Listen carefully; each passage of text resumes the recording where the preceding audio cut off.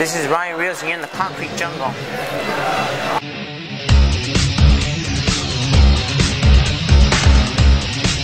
We've been training very hard for the past 2 months and a half.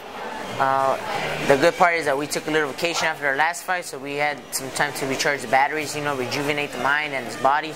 And overall, we felt like this is the hardest camp we've ever had before. So now, 2011, you can say it was a spectacular year for you. You had the 3 big wins, topped off with the win over Gonzalez. Tell me a little bit about that fight. Well, Gonzalez was the toughest opponent I've faced. He's a rugged veteran.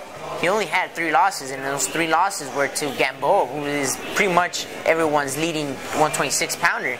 And from what I heard, he knocked him down in the fight too. So it was a very tough fight, a very, very good learning experience, and I think I learned a lot from that fight. Now, in that fight, you showed true brass. You showed what it takes to be a world champion. In that 4th round, you couldn't see. You had the problem with the orbital bone. Tell me a little bit about that situation.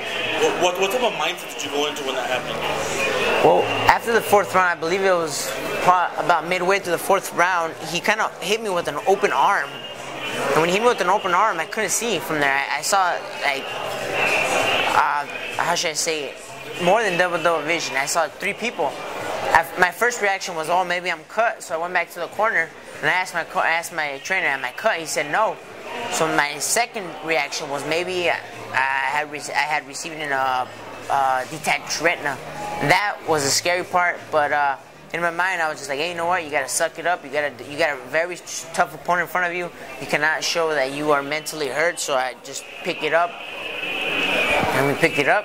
When your coach asked you, because I know he asked you if you wanted to stop the fight, what was the first thing that went through your mind? No, I'd rather go out on my back than quit.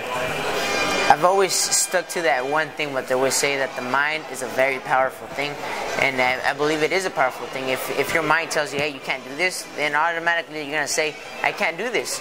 But if you tell yourself, like, hey, you know what? You're gonna have to suck it up. I don't care if I go out on my back. You're gonna have to do it. You're gonna have to do what any means necessary to get through the fight. I can't speak for the rest of the year, but I am speaking for this fight. We came in very prepared for this fight. We trained very vigorous for this fight, and we're focused on what's in front of us, not what's after him. So just because you're hearing your name louder than usual doesn't mean you're gonna get carried away and start slugging it out. No, you gotta be really smart about it. This is a very, how should I say it? This is a very strong-willed, dedicated sport, because you got to be dedicated to your game plan. You got to be dedicated to your diet, to making weight, everything. It's just dedication, What's the prediction for tomorrow night? What are the fans going to see? They're just going to see an accurate. I'm trying to be as accurate as possible.